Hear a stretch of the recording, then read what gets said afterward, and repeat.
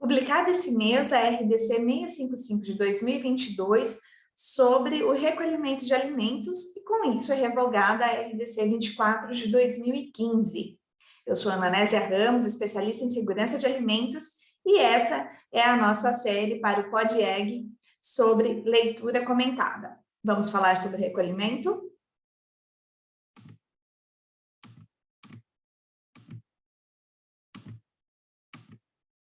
Vou compartilhar aqui com vocês a resolução, e a ideia desse PodEg é que você possa aí escutar em algum momento que precise e que não tenha aí a condição de fazer a leitura completa, tá bom?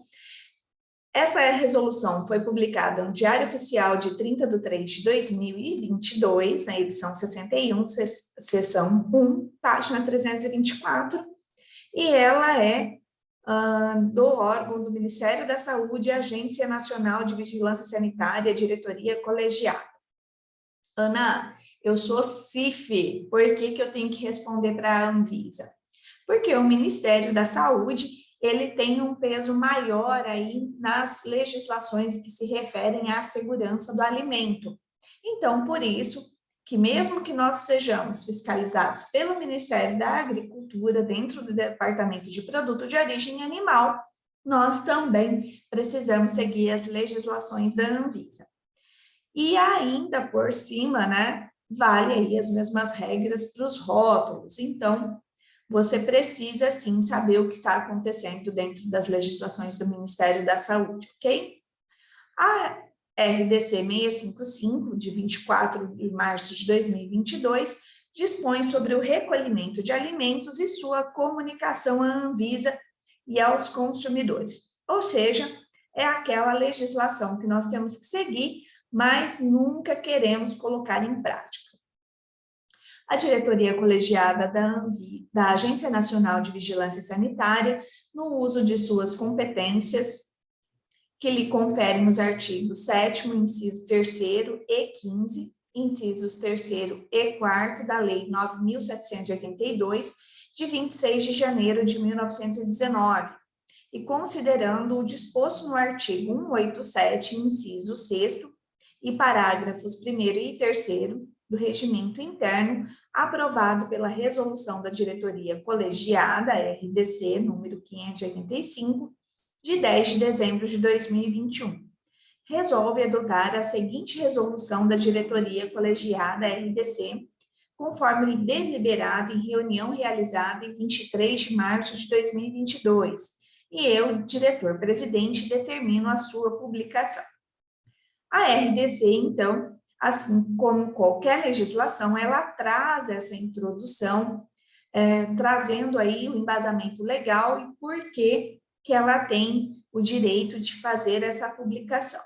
A RDC, ela é dividida em alguns capítulos, sendo que o capítulo número 1 fala sobre as disposições iniciais, seção 1 e objetivo. Artigo 1º. Essa resolução estabelece os critérios e procedimentos para o recolhimento de alimentos, inclusive in natura, bebidas e águas envasadas, ingredientes alimentares, matérias-primas alimentares, aditivos alimentares, coadjuvantes de tecnologia de fabricação, embalagens e outros materiais em contato com alimentos e para a comunicação à Agência Nacional de Vigilância Sanitária, Anvisa, e aos consumidores. Então, enquadramos nós aqui do setor de ovos dentro desse in natura e mesmo em relação ao ovo líquido não pasteurizado, que é matéria-prima para a indústria de ovos derivados. Seção número 2, abrangência. Artigo 2º. Essa resolução se aplica aos estabelecimentos que realizam atividades de produção, industrialização, armazenamento, fracionamento, transporte, distribuição, importação ou comercialização de alimentos, inclusive in natura, bebidas, águas envasadas, suas matérias-primas, ingredientes, aditivos alimentares, coadjuvantes de tecnologia e embalagens e outros materiais de contato com alimentos. Então, Mais uma vez aqui reforçando, né, que então se uma empresa produz alimentos, produz embalagens destinadas a alimento, ela também precisa aplicar essa RDC. Vale ressaltar aqui que não importa se a sua granja só produz o ovo in natureza para destinar a uma unidade de beneficiamento, ou se você compra para fazer a distribuição, você precisa sim ter um plano de recolhimento implantado. Seção número 3. Definições. Artigo 3º. Para efeito desta resolução, são adotadas as seguintes definições. 1. Agrava a saúde. Desculpe. Agrava a saúde. Mal ou prejuízo à saúde de um ou mais indivíduos, de uma coletividade ou população. 2. Anuência prévia.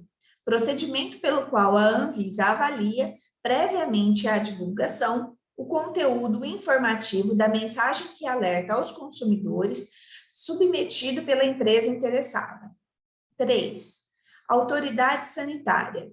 Órgão ou agente público competente na área de saúde, com poderes legais para regulamentar, licenciar, fiscalizar e realizar demais ações no âmbito da vigilância sanitária. 4. Cadeia produtiva. Todas as empresas envolvidas nas etapas de produção, industrialização, armazenamento, transporte, distribuição, importação ou comercialização de alimentos, inclusive in natura, bebidas e águas envasadas, ingredientes alimentares, matérias-primas alimentares, aditivos alimentares, coadjuvante de tecnologia de fabricação, embalagens e outros materiais em contato com alimentos. 5. Consumidor, pessoa física ou jurídica que adquire ou utiliza produto ou serviço como destinatário final. Empresa interessada. Empresa que solicita o registro do produto, objeto do recolhimento ou efetua a notificação dos produtos isentos de registro junto ao órgão competente ou é de responsável direta pelos produtos isentos ou não de registro. 7. Empresa distribuidora. Empresa que atua na distribuição dos lotes dos produtos objeto do recolhimento. 8. Empresa receptora. Empresa que atua na comercialização dos lotes dos produtos objeto de recolhimento. 9. Lote do produto. Conjunto de produtos de um mesmo tipo, processados pelo mesmo fabricante ou fracionador, em um espaço de tempo determinado sob condições especialmente iguais. 10. Mensagem de alerta aos consumidores, comunicado que deve ser apresentado pela empresa interessada aos consumidores, contendo a identificação do produto, o motivo do recolhimento, os riscos à saúde, as recomendações aos consumidores, dentre outras informações pertinentes. 11. Produto. Alimentos, inclusive in natura, bebidas e águas envasadas, ingredientes alimentares, matéria-primas alimentares, aditivos alimentares, coadjuvante de tecnologia de fabricação, embalagens e outros materiais em contato com alimentos para consumo humano. 12. Rastreabilidade. Conjunto de procedimentos que permite detectar a origem e acompanhar a movimentação de um produto ao longo das etapas da cadeia produtiva, mediante dados e registros de informações. 13. Recolhimento. Ação a ser adotada pela empresa interessada e demais empresas da cadeia produtiva que visa a imediata e eficiente retirada de lotes de produtos do mercado de consumo. E 14. Risco. Probabilidade de ocorrência de um efeito adverso à saúde e da gravidade de tal efeito, como consequência de um perigo ou perigos nos alimentos. Vale aqui uma observação minha. Essa legislação, ela trata recolhimento e recall com o mesmo significado. Dentro das normas da qualidade, nós costumamos utilizar recolhimento para aquelas ações que precisam ser feitas para o recolhimento dos produtos que estão parados até o distribuidor, ou seja, que não chegaram aí ao mercado consumidor. E o termo recall para quando esses produtos já foram para a gôndola do supermercado. Então, adquire-se aí o risco de que esse produto já está na casa do consumidor, então, para tanto, utilizamos o termo recall. Vale, então, a pena você declarar dentro do seu procedimento se você faz ou não distinção entre eles na hora de trazer as nomenclaturas do seu plano de recolhimento, tudo bem?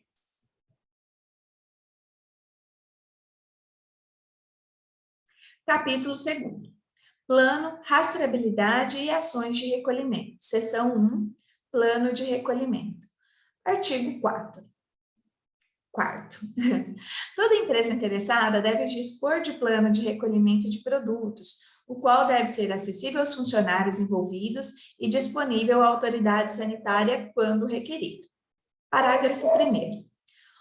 O plano de recolhimento de produtos deve ser documentado de forma de procedimentos operacionais padronizados, POPs, conforme as seguintes diretrizes. Número 1, o POP deve ser aprovado, datado e assinado pelo responsável técnico, pelo responsável designado para o procedimento de recolhimento ou pelo responsável legal, firmando o compromisso de implantação, monitoramento, avaliação e registro e manutenção dos mesmos. Então, ou seja, você precisa ter um plano, a Anvisa chama de POP, nós do setor de inspeção de produtos de origem animal chamamos de PAC, mas nada impede que você tenha um POP adicional ao seu PAC 12 de rastreabilidade e tratar isso de forma separada. Vale lembrar que, como todo documento do Sistema de Gestão da Qualidade, ele precisa ser auditável, ou seja, precisa ter o controle de revisão e atualização e a assinatura dos responsáveis, não só pelo responsável da elaboração e revisão, mas também deve ser aprovado por um desses três responsáveis aí, seja o técnico, seja o responsável designado ou o próprio responsável legal do estabelecimento. Outra ressalva que eu acho que é importante dizer é que a sua equipe de recall pode ser a mesma equipe de APPCC, dependendo do tamanho da sua empresa, ok? Então, item número 2, a frequência das operações, o nome, o cargo e a função dos responsáveis por sua execução devem estar especificados em cada POP. Então, é importante que você tenha nesse plano um auxiliador, se Deus nos livre de você precisar fazer um recolhimento. Então, é necessário que você estabeleça a responsabilidade de cada pessoa da empresa ou cada cargo diante de uma ação de recolhimento. Número 3, os funcionários devem estar devidamente capacitados para a execução dos POPs, ou seja, treinamentos. Número 4, os POPs devem estar acessíveis aos responsáveis pela execução das operações e às autoridades sanitárias, né? Então, deixa aí esse documento de fácil acesso, seja impresso ou seja digital. 5, a implantação dos POPs deve ser monitorada periodicamente, de forma a garantir a finalidade pretendida. Vocês vão ver que em outro local também fala aí da questão, no próximo mesmo, 6, registros periódicos devem ser previstos, datados e assinados pelo responsável na execução da operação, para documentar a execução e o monitoramento dos POPs. Como é que você vai monitorar um POP de recall? Né? Você não tem um controle interno, é diferente da rastreabilidade que você faz ali todos os controles internos. Então, nesse caso, você deve estabelecer aí uma rotina de exercício, pode ser ela anual ou numa frequência menor que você consiga implementar. 7º, a efetividade dos POPs implementados deve ser avaliada regularmente, de acordo com os resultados, devem ser realizados ajustes necessários. Parágrafo 2º, o plano de recolhimento deve especificar no mínimo as seguintes informações. 1. Situações para sua adoção. 2. Os procedimentos a serem seguidos para o rápido e efetivo recolhimento do produto. 3. a forma de segregação dos produtos recolhidos e sua destinação final. 4. Os procedimentos para a comunicação do recolhimento de produtos à cadeia produtiva. 5. Os procedimentos para a comunicação do recolhimento às empresas importadoras, no caso de unidades exportadoras. 6. Os procedimentos para a comunicação do recolhimento de produtos à Anvisa. 7. Os procedimentos para a comunicação do recolhimento de produtos aos consumidores. 8. O modelo de mensagem de alerta aos consumidores. E 9. Os responsáveis pela execução das operações previstas no plano de recolhimento. Então, vocês conseguem visualizar aqui que você precisa estabelecer ações práticas, realizáveis em cada uma dessas situações, mas essas ações, elas têm que fazer sentido para a sua empresa. Então, se a sua granja é uma granja pequena, quais são as ações que você precisa delimitar aí? Pense em quem compra o seu produto. É um distribuidor, né? É um pequeno distribuidor que faz entregas pontuais. Então, o que vai acontecer? Você precisa sinalizar esse distribuidor e esse distribuidor tem que saber em que região que ele vendeu, em que bairro, em que cidade. Tudo bem? Agora, se você é uma grande unidade de beneficiamento de ovos e derivados, exportadora, né? Você vê que a gravidade do seu plano de recolhimento é muito maior. Como estabelecer um recolhimento, né? Como é que você vai tratar isso? Você vai trazer esses ovos de volta para o Brasil? Você tem um agente capaz de fazer essa destinação lá no local? Você vai ter uma equipe que você vai designar para o país que recebeu esses ovos, para que as ações devam ser efetivamente documentadas. Então, você vai começar a pensar nas suas ações práticas e efetivas. Tá bom? Seção número 2, rastreabilidade. Artigo 5º. A rastreabilidade de produtos deve ser assegurada em todas as etapas da cadeia produtiva para garantir a efetividade do recolhimento. E isso, pessoal, já vem sido frisado no RISPOA, no Decreto 9.003 de 2017 e suas atualizações, a importância da rastreabilidade e, sim, a responsabilidade da granja em qualificar os seus fornecedores de matéria-prima. Então, não importa se a granja é sua ou se a granja é de terceiros, é sua responsabilidade garantir que esses ovos cheguem até o setor de classificação de maneira que consiga identificar da onde vieram esses ovos e a data de postura desses ovos, e essa informação ser mantida em todos os processos internos da classificação até a sua embalagem final. Artigo 6º. Todas as empresas da cadeia produtiva devem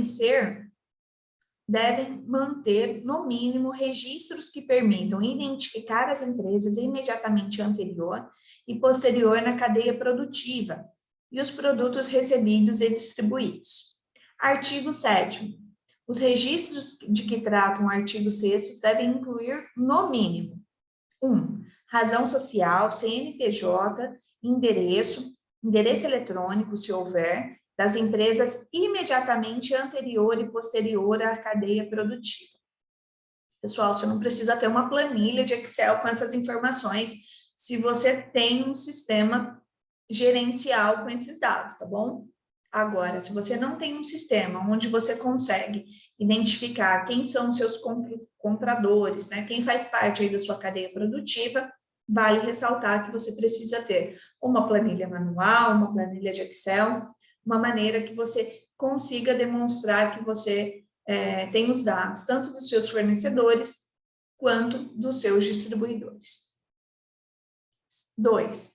Distribuição dos produtos recebidos e distribuídos, incluindo denominação de venda, marca, lote, prazo de validade, número de regularização junto ao órgão competente, quando aplicável. No nosso caso, esse número aí é o número do nosso CIF. 3. Data de recebimento ou distribuição. 4. Nota fiscal. 5. Quantidade de produtos recebida ou distribuída. Seção número 3. Ações de recolhimento. Artigo 8º. A empresa interessada deve efetuar o recolhimento de lotes de produtos que representem risco ou agravo à saúde do consumidor. Artigo 9º. A Anvisa pode determinar o recolhimento de lotes de produtos nas situações previstas no artigo 8º, caso seja realizado voluntariamente pela empresa interessada. Artigo 10º.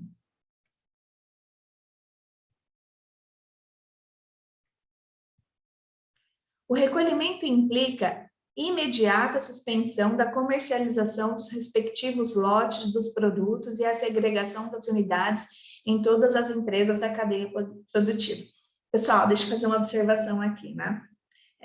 Eu li esses dias que até o artigo 9º, né, nós leríamos dessa maneira. E aí, a partir do 10º, seria artigo 10, né? Então, vale ressaltar aqui que a ideia deste post-eg não é ter aí a leitura correta das nomenclaturas, né? Mas apenas ser um facilitador da leitura do conteúdo para que quem está aí ocupado e está fazendo alguma coisa e quer ir adiantando a leitura da sua legislação, tá bom? E é claro, né, longe de mim querer ser especialista em tudo, na verdade a minha função aqui é ser uma facilitadora. Então, artigo 11, todas as empresas da cadeia produtiva envolvidas no recolhimento devem adotar e viabilizar medidas que assegurem a realização do recolhimento. Artigo 12, a partir da ciência da necessidade de recolhimento do produto, a empresa interessada deve iniciar o procedimento de recolhimento e comunicar o fato à Anvisa, conforme procedimentos estabelecidos no capítulo 3 desta resolução. Artigo 13, a empresa interessada deve informar as empresas distribuidoras sobre o início do recolhimento de produtos, conforme estabelecido no plano de recolhimento, e manter registros dessa comunicação, devendo apresentá-los à Anvisa juntamente com o relatório final do recolhimento, de acordo com o anexo 2 desta resolução. Então, aqui nessas ações, ações de recolhimento, ele já vai trazendo para você o que você precisa estabelecer aí no seu plano, né? Então, leia e já vai estabelecendo a ordem que você, inclusive cronológica, que você precisa seguir. Parágrafo 1º. Além do disposto no caput deste artigo, a empresa interessada deve comunicar à empresa fabricante nos casos de contratos de terceirização de fabricação. Artigo 2º. As informações sobre recolhimento devem possibilitar a identificação do produto, os lotes envolvidos, o motivo e as medidas que devem ser adotadas diante das unidades recolhidas. Vocês entenderam aqui, gente? Então, sabe aqueles casos onde nós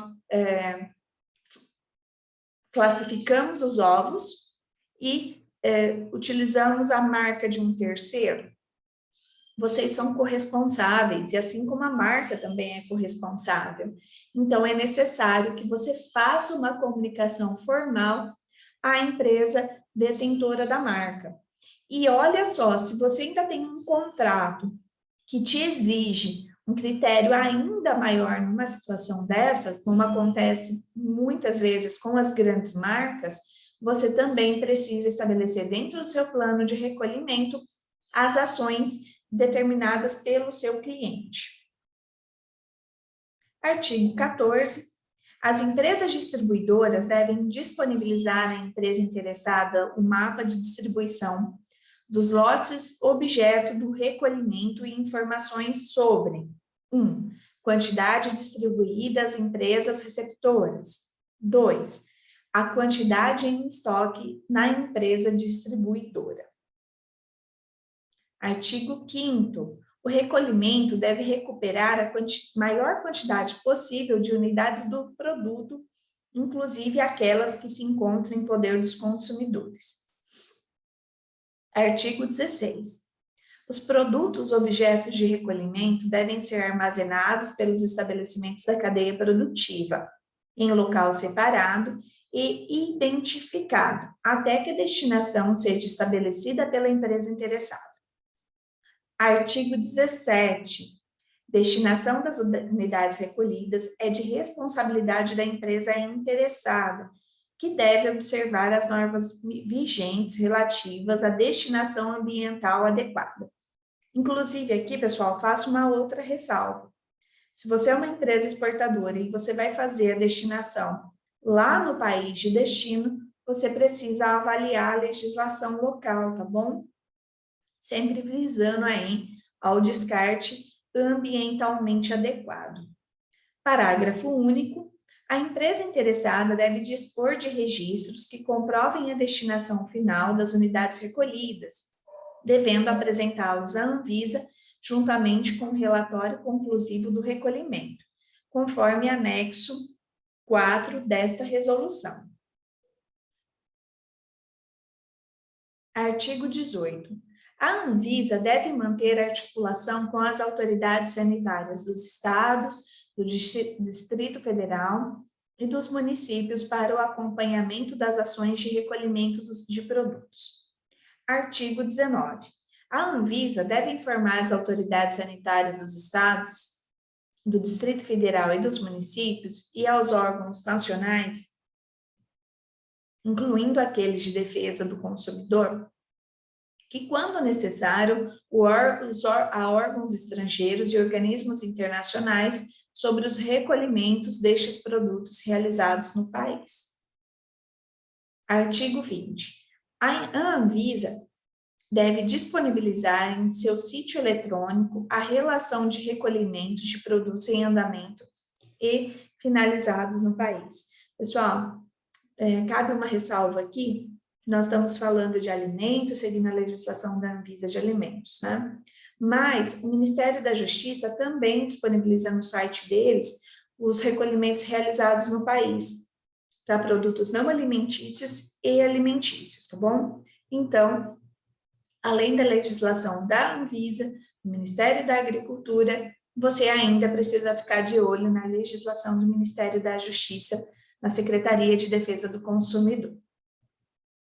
Capítulo 3. Comunicação do recolhimento à Anvisa. Artigo 21. A empresa interessada deve comunicar à Anvisa a necessidade de recolhimento de lotes de produtos que representem risco ou agravo à saúde do consumidor, imediatamente após a ciência por via eletrônica ao endereço de recolhimento, recolhimento.alimentos@anvisa.gov.br, conforme anexo 1 desta resolução. Gente, vou aproveitar esse capítulo 3 e falar de aplicação. Então, assim, o que eu visualizei e pensei que seria uma ideia bacana para implementar, tá bom? Façam ou uma tabela ou um fluxograma seguindo a ordem cronológica dessas informações. Então, artigo 21, olha, a empresa ela foi comunicada aí, ela vai ter que realizar um recall, o que ela vai fazer? Mandar o anexo 1 para este e-mail da Anvisa. Quando? Imediatamente. Então, você já sabe a ação aqui. Tenho que comunicar o recolhimento, vou mandar um e-mail para a Anvisa e o conteúdo deste e-mail é o anexo 1. Beleza? Parágrafo único. Concomitantemente ao envio do comunicado que trata o caput deste artigo, a empresa deve realizar seu cadastro junto à Anvisa, conforme orientações disponíveis no site da Anvisa, caso não seja cadastrada ainda. Então, enviou e-mail para a Anvisa, realizar cadastro junto à Anvisa. Então, já procura no site da Anvisa como é que você faz esse cadastro, ou você realiza ele, ou você deixa anotado lá como esse cadastro deve ser realizado. Artigo 22. Nos casos de recolhimento por iniciativa da empresa interessada, o relatório previsto no anexo 2 desta resolução deve ser encaminhado à Anvisa por via eletrônica ao endereço de recolhimento.alimentos@anvisa.gov.br em 48 horas, em até 48 horas, a partir da ciência da necessidade de recolhimento. Então, né, fez o comunicado do recolhimento, envia o e-mail com o anexo 1. Em até 48 horas, você precisa enviar o anexo 2 para o mesmo e-mail. Artigo 23. Nos casos de recolhimento determinado pela Anvisa, a empresa interessada deve comunicar à agência em até 48 horas após tal determinação, por via eletrônica ao endereço recolhimento.alimentos@anvisa.gov.br, as informações constantes do item 5 do anexo 2 desta resolução. Então, artigo 23, para aqueles recolhimentos que a empresa tomou a iniciativa, e artigo 23, ações para quando a Anvisa intimou a empresa e determinou o recolhimento.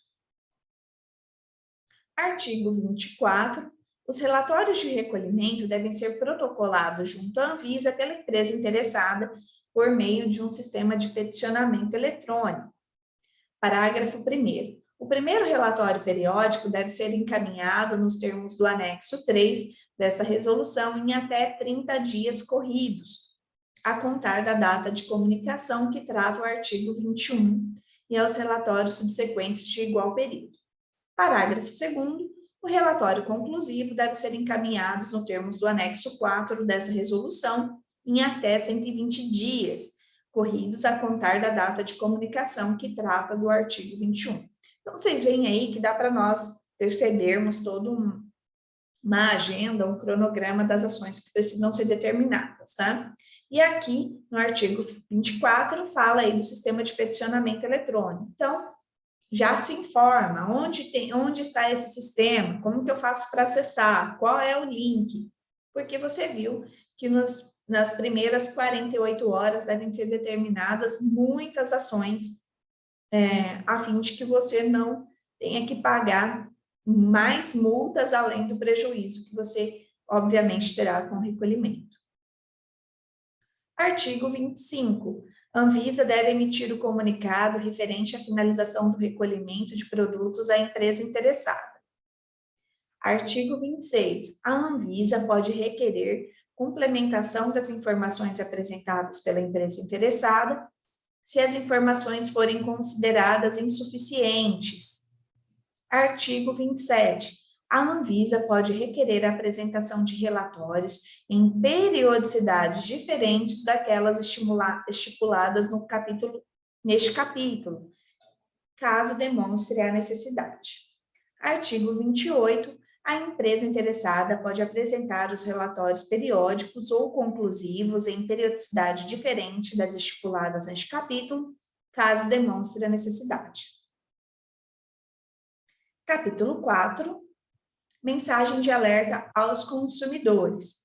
Artigo 29. A empresa interessada deve providenciar a vinculação de mensagem de alerta aos consumidores acerca do recolhimento de produtos. Artigo 30. O conteúdo informativo da mensagem de alerta aos consumidores e ao respectivo plano de mídia devem ser submetidos à anuência prévia da Anvisa, por meio do sistema de peticionamento eletrônico, imediatamente após a ciência da necessidade de recolhimento. Parágrafo único. A anuência prévia do conteúdo informativo está sujeita ao pagamento de taxa de fiscalização de vigilância sanitária, estabelecida em legislações específicas. Então, se informe aí como é que funciona o pagamento dessa taxa, né? A Anvisa vai mandar um DARF, um boleto, né? Como é que isso tem que ser realizado, tá? Ana, não tem a pretensão de fazer o recolhimento, óbvio, né? Nenhum de nós temos. Mas, como aí, numa iminência de necessidade de um recolhimento, as ações devem ser realizadas muito rapidamente, tudo que você conseguir adiantar na elaboração do seu plano vai facilitar a vida, tanto sua quanto da sua equipe, num momento de emergência, ok? Artigo 31. A Anvisa deve informar a empresa interessada sobre a aprovação do conteúdo informativo e do plano de mídia, caso demonstre que a proposta não foi satisfatória. Pode determinar a alteração do texto da mensagem de alerta e do plano apresentado.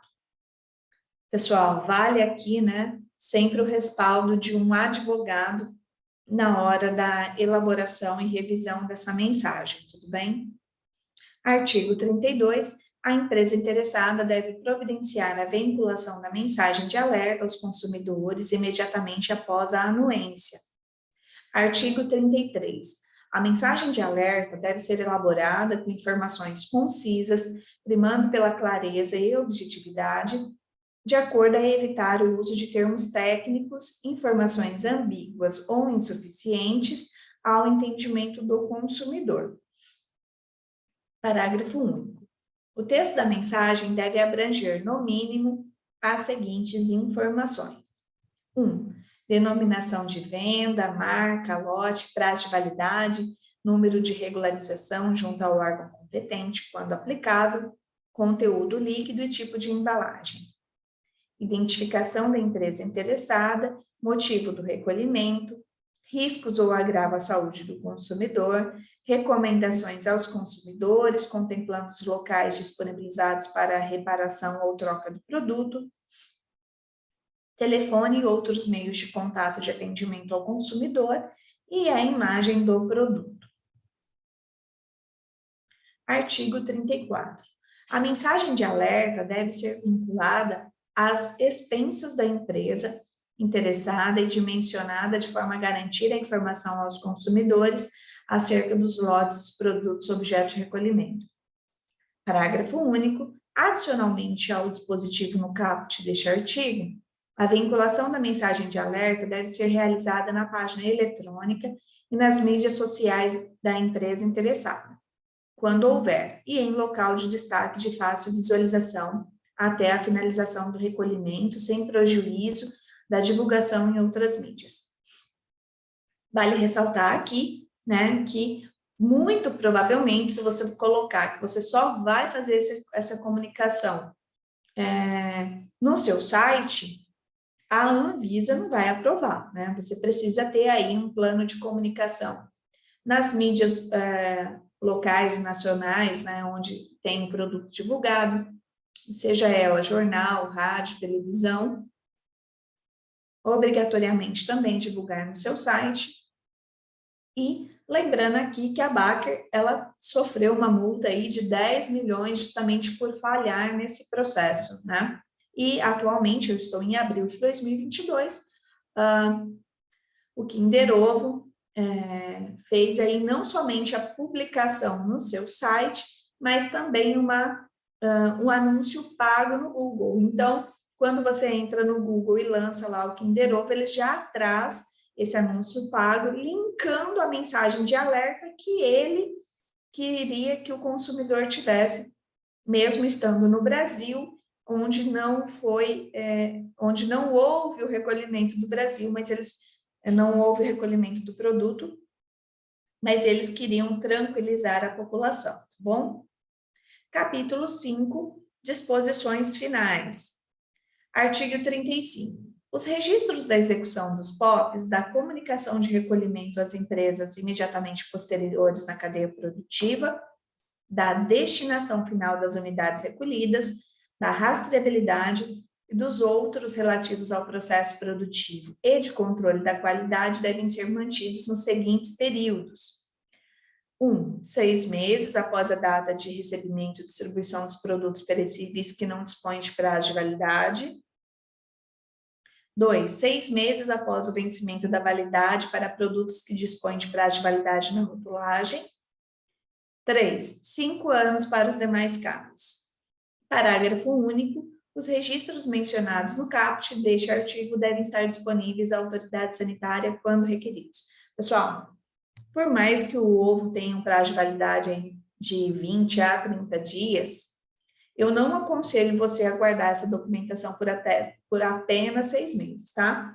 Num registro convencional, eu já aconselho que você guarde 30 dias mais 12 meses, né? Imagina numa situação de recolhimento, né? Estabelece aí os 5 anos que você vai ficar muito mais respaldado. Artigo 36.